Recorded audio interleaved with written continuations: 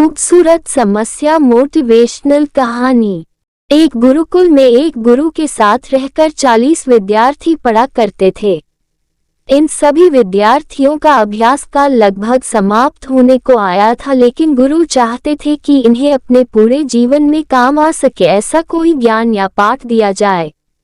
इसी विचार को ध्यान में रखकर गुरु ने सभी शिष्यों को एक जगह एकत्रित किया और उन्हें बताया कि वह एक कक्ष में एक समस्या को रखने वाले हैं और आप सभी को मिलकर यह सोचना है या फिर कुछ ऐसा करना है कि इस समस्या का हल निकल आए या वह समस्या ही खत्म हो जाए।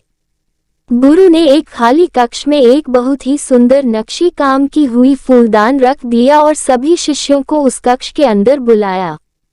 गुरु ने सभी को कहा कि चलो अब आपको मैंने जो पहले समझाया था उसके हिसाब से समस्या को खत्म करना है। सभी शिष्य एक दूसरे का मुंह ताकने लगे। सभी इस सोच में थे कि गुरु जिस समस्या की बात कर रहे हैं वह तो पहले पता कर ले।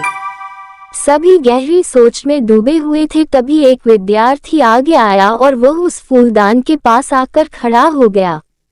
उसे गौर से देखने लगा।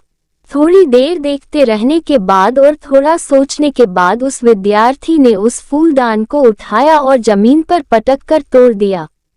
बाकी के सारे विद्यार्थी उसे बड़ा अचंभित होकर देख रहे थे। तभी गुरु ने उसकी पीठ पर हाथ थपथाया और उसे शाबाशी दी और कहा कि तुमने अच्छा किया, तुम ही मेरी बात को अच्छे से समझ पाए हो।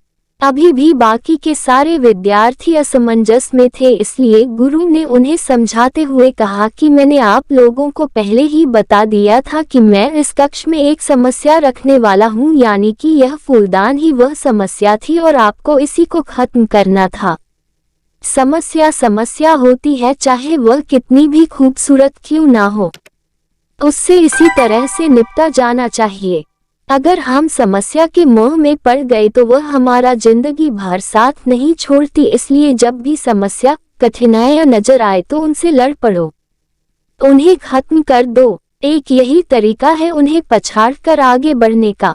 दोस्तों, है ना कितनी सिंपल कहानी, लेकिन जो बात हमें समझाती है वह कितनी प्रासंगिक है।